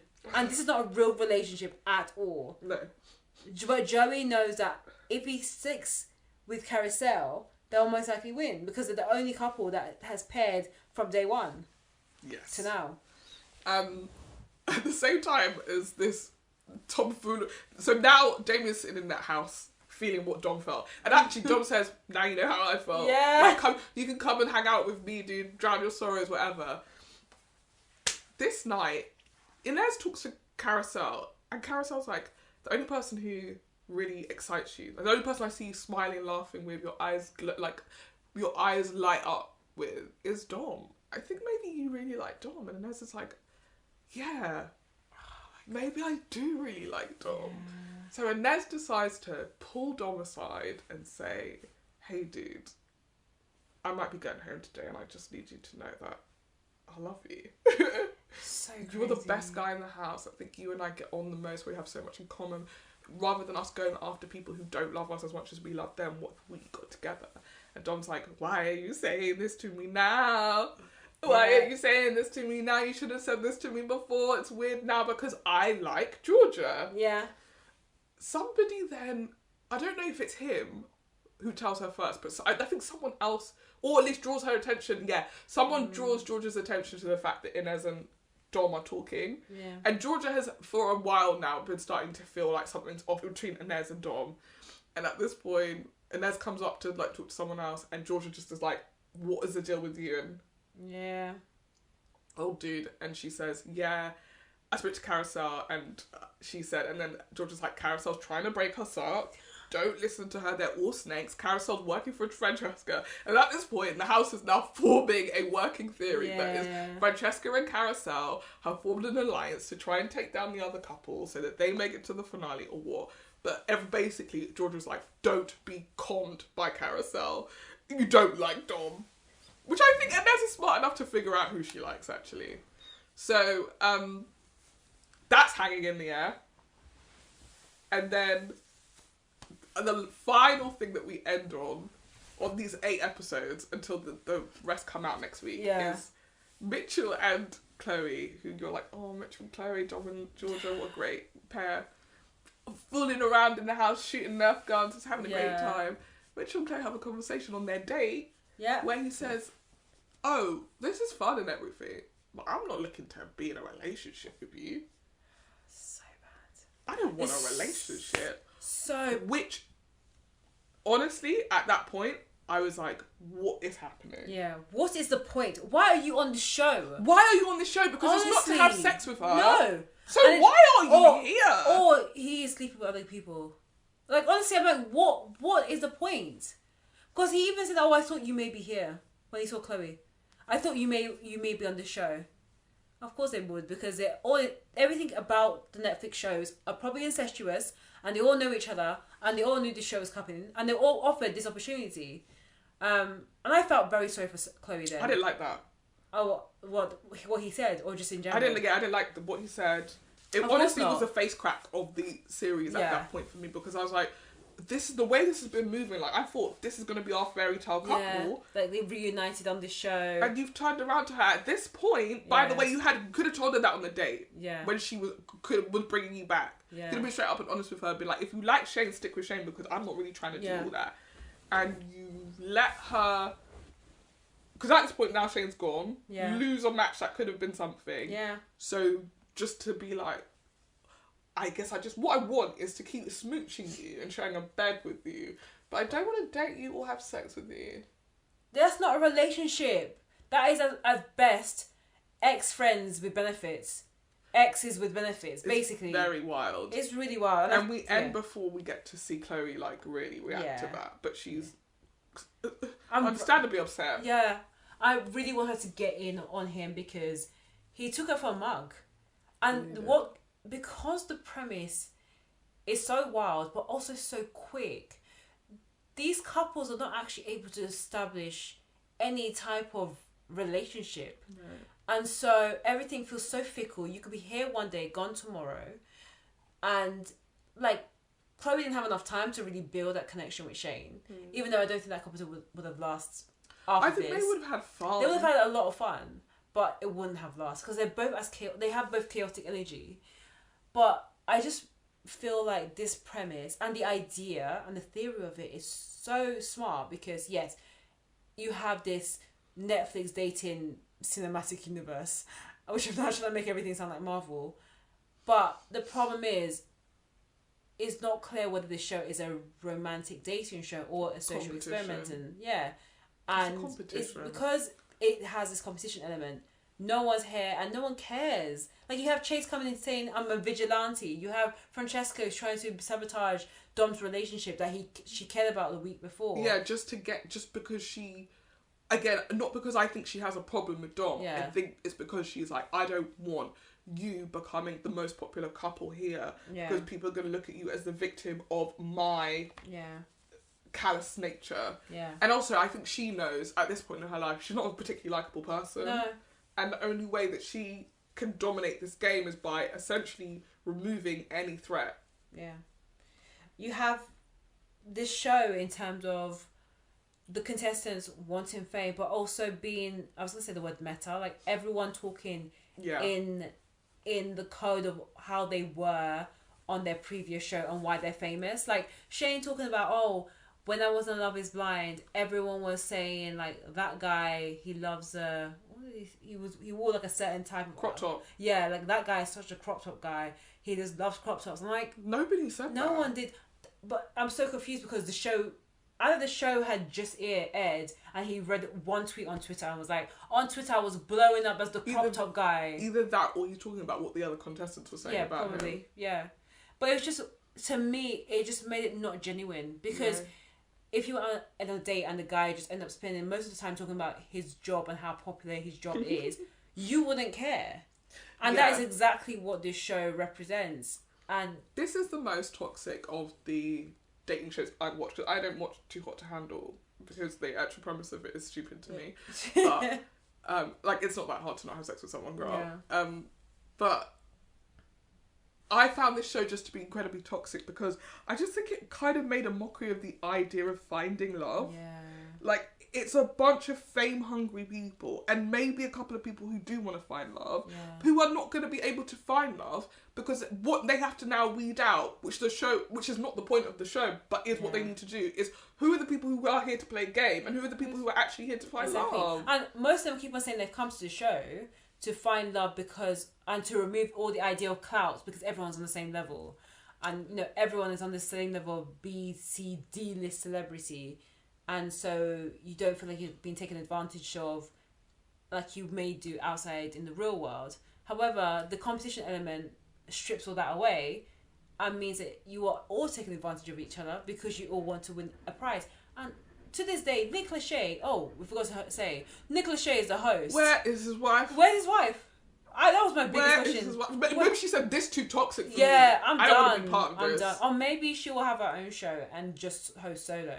But I don't know who's the best or the worst of the two of them. Neither do I. Maybe they had feedback that it just wasn't working. I think the two of them are it's a whole back. Because I feel like his energy on the show is kind of like the energy of the host on the Mole. It's just like... Yeah, she's just there. I don't have strong opinions either way. Yeah. Like, you need to be a Maya Jama.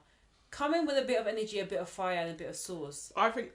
Obviously, this is a show, and I think it's the same with the other shows that they host, is that, like, we don't need them. Yeah. Like, Maya during Casamore you need, because actually she is the one who's prodding the bear, getting the truth that's out there, because if you leave it to these people, they will never mention, and then they'll be sat at movie night being like, I don't know who that is. Yeah. Gaslight, gatekeep, girl boss, that's what we need to do. Yeah. But, on this show, him coming in to say, by the end of the night, someone's going to go home. By the second night, you know what the deal is. So why are we still talking about... Why do we need you to come in? Every night, my guy comes and says, hey guys, how everyone's doing. Then everyone just spends half the time going, Nick Lachey, 90 degrees. We love you, Nick Lachey, full name. I'm like... Yeah. It's weird. Sorry. It's really very weird. It is really weird.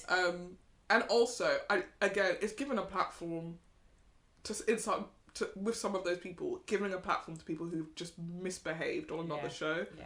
And I can imagine his wife, who does like to get quite opinionated in the reunions, would have a hard time coming in there and trying to wish those people well. Yeah, that's true. Even if they end each reunion being like, well, best of luck.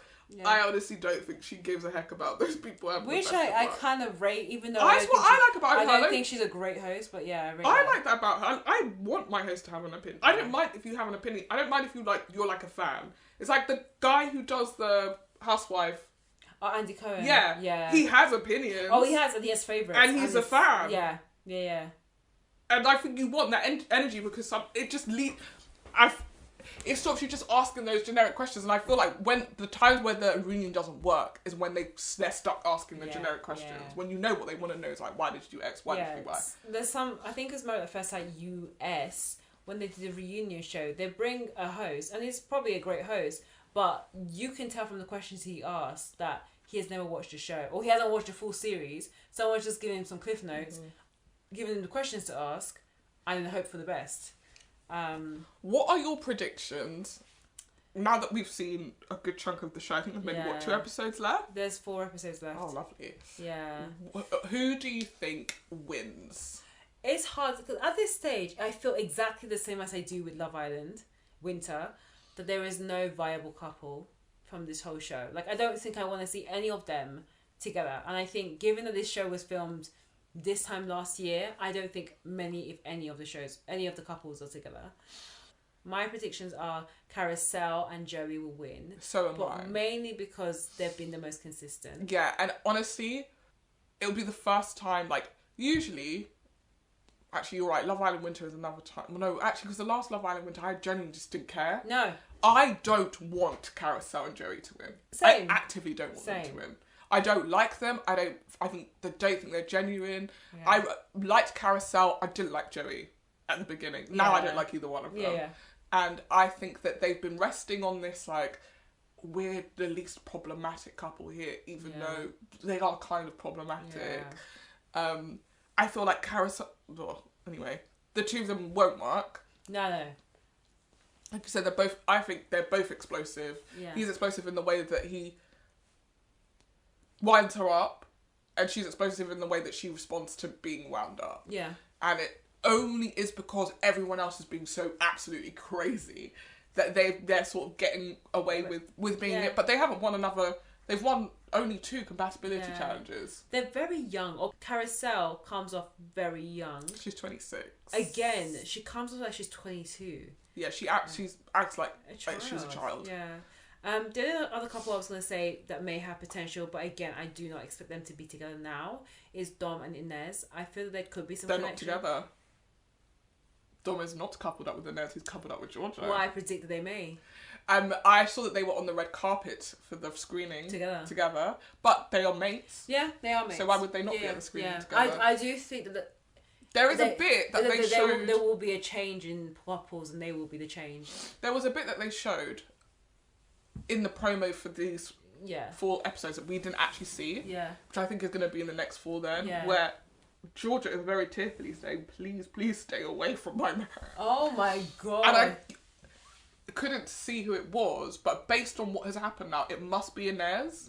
I'd have to go back and watch like episode 4, whatever the trailer was, the secret trailer that they put at the end. Yeah. But, so that conversation needs to happen. Yeah. And clearly from that, because even though, you know, Georgia and Dom couple up and go to bed, Inez isn't booted out. No. She couples up with Damien. Yeah. They have a kiss as well, which is just... No, I'm so sorry. But I love it because, yes, now Francesca's got 2 people in the house who she's fucked over. She thinks that she can just do a madness and the people will just go away. But what if they don't? No. Well, maybe I think she's preoccupied with this relationship that she's in. I think that girl's going to play her as well. I think she is too. It's a question of who with, but I think who. The minute she was like, "Oh, I've only just really started exploring my," I was like, "That girlie." But that's what happened in the show. I watched the 20-something Austin, and she was exploring in the show as well. She was dating a lot, quite well. She was dating women on the show. I don't trust her. No. Well, look, I don't think the couples that we have. But Francesca deserves it. That should be her comeuppance. Yeah. I think she's gonna fall for this girl, and this girl's gonna. Yeah. And double cross it. She's out. Yeah. I don't. Because no one who would couple up with her now. No. She's fucked it. Unless more people come in. Yeah. I unfortunately don't have much hope for my black girlies, but I'm hoping that they find love. Oh, Diamond and Will. We also didn't talk about Will and Dom's drama because it's just not clear, and I hope it becomes clearer. Yeah. But they were both on the mold together. Dom sees him on the board at one point. It's like, don't bring him. Me and him have issues. I don't want to have to deal with them. Yeah. When Francesca and Dom part ways, the first thing she does is bring Will back because she knows it's going to piss him off. Yeah. That you have to be really, really... You have to hate someone to do that. Like, that's just weird energy. Anyway, it's very conniving. The minute Will gets there, him and Dom are like, hey. Feels like things are okay. Yeah. They then have a conversation, just the 2 of them, and like... Will's like, you know, obviously we're not in the mall anymore. We don't need to be like looking over our shoulders. Like, I've got your back, you've got mine. You know, mole bros support each other.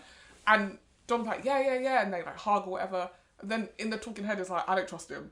Yeah. I was like, well, why did you get in his face and tell him that you're mole bros? This is weird. I hope that they do come back, maybe in an interview later, saying what happened. Yeah, because it's not making sense to me. Then it turns out him not trusting Will is the right thing, because when Will gets in the boardroom, he sends Dom on a date. Yeah. Which everybody knows at this point, Dom doesn't want to go on any more dates. For reasons, I don't know, to bring Diamond in. Yes. That's why he does it. He sends Dom on the date to bring Diamond in. Yeah. And he was like, I don't know how else to subtly bring Diamond without it being kind of obvious. Maybe it's like, Dom's black, Diamond's black, everything's great. Diamond comes in, as soon as Diamond comes in to the villa, obviously, Dom is not interested. Yeah. Here comes Will. Oh, hey girl. Will, who's at this point coupled up with Inez. Do you think that he wanted Diamond? Yeah. You think? Because he could have faked it a bit more with Inez if he was just, I'm just trying to wait. I'm intrigued to see what this relationship goes Because with. remember, on the ball, I said him and Keisha had. Oh, come on! I said this. You said Joy. No, I never said Joy. You didn't think him a Joy? I said Keisha. I still don't think Keisha. No, I don't know. I thought it was him and the blondie. Yeah, that girl. No, that's not his type. I know Will. Let's wait and see, because I'm keen to see if that relationship ends up being something. I'm here for it. Because think about it, he didn't need to. Inez had no one else to couple up with. Yeah. What is his reason for coupling up with Diamond? He could have just coupled up with Inez again. Yeah. She wants to stay. They don't have any beef. He says, "Oh, I like talking to Diamond. Diamond's the only person who's made me feel like a spark." I don't know if it is that American people fundamentally don't understand French people's personality and culture, that everyone keeps being like, Inez is, even though we love Inez. I love Inez. I think she's so fun. Yeah, she's fun. She's got a smart head on her shoulders. Yeah. And she's gorgeous. Yes, and she knows how to navigate these nonsense boys. And she can smell the BS. Baptiste, she knew straight away. Like, she's like, this boy is not making sense. The 1 + 1 is not equaling 2. No. It's done. But somehow, no pity. I think, if it's going to be anyone, it's going to be Dom. And to be fair, their relationship is very nice. Well, Will and...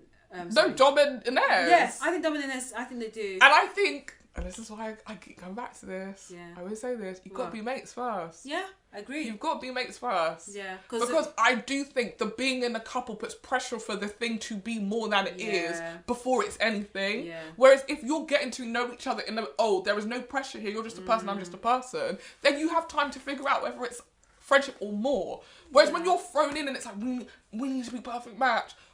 I know for a fact, if that was me, whoever I picked on the first day, they won't be there forever. I'm not trying to. Next day. I can't. How can I know? I spoke to you for an hour now. I have to make a decision as to whether or not you're going to be with me. No. And if I didn't move quickly, I won't be able to get the person I actually wanted. No. At some point, this is not going to work. No. So I mean, we'll wait and see. I will say that Dom and Will are playing the games like they are on the mold. Particularly Will. I don't think Dom's playing the game. Okay, Will definitely is. I think Will's playing the game. Will 100%. Will has played the game at least. Yeah. But yeah, what other predictions do you have? That's it. That's it, really. I feel like it's so chaotic. Even. I'm losing track of who's who. That's how crazy it is. Do we want to rate it now or just wait until the series ends? Let's wait until the series ends and we can rate it in pop culture news. Yeah. So what are we watching next week?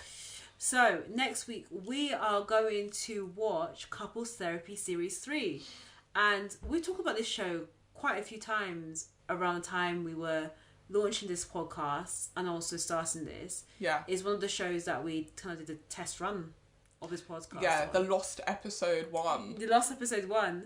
But it's one show that we're very close to our chest, and we do love watching couples. And we love talking about dating. We do. So this is like a nice theme following on from a very chaotic Perfect Match. Yeah. To see whether these couples are also, or may not be, perfect matches. Is there even such a thing as a perfect match? I have to have hope. There's someone out there. I don't believe... Okay, let's not get into it. Okay. Yeah. Let's get into it. Yeah. So you're getting a snippet of what our conversation is going to be like next week. Yeah. It's like a Dating Schools episode. Yeah. Test run for that. Ooh. Yeah. Okay. Well, it's been a busy one. Yeah. But has also been a chaotic one. But let's always remember we need to do the thing. Like Angela Bassett and our woman king Viola Davis. Well, Viola Davis didn't do the thing. She was just the woman king. Yeah, but I know I said like our woman king Viola Davis. No. Only one person did the thing. And yeah. Yeah, and that's it. She don't share the line with anyone else. Okay, you can only do one thing. Anyway, this has been Scripts and Giggles with Shoshanna and Marnie, the Woman King. You absolute idiot. That's why you were there giving me all this grief. Don't steal my line. Sorry, this is with Shoshanna who does the thing. And Marnie, the Woman King. Alright. The Woman King. Yeah. Oh, that title sucks, actually, now that I've said it twice. The Woman King. I don't know. So the Queen. We never reviewed Woman King, and I don't think we need to. But I don't like that. Like, I get it, but I don't like it. why can't you be called the Man Queen? I can't even say it. The Man Queen. The Man Queen. The Man Queen is a completely different show. It's the Man Queen. And the opener will be Ariana DeBose singing the Man Queen. He's a queen and he's a man. Do you like that? Because he can. Like, that's going to be the vibe of the song. And you're just like, what the hell is this? It feels like a school drama performance. It does. Anyway, we're not dragging Ariana anymore. No. It's time to go to bed. We need to. All right then. Thanks, guys. Bye. See you later. Oh my gosh. See you later, alligators. Oh gosh. Actually, we should turn the ending into a song. 5, 6, 7, We're 8. done.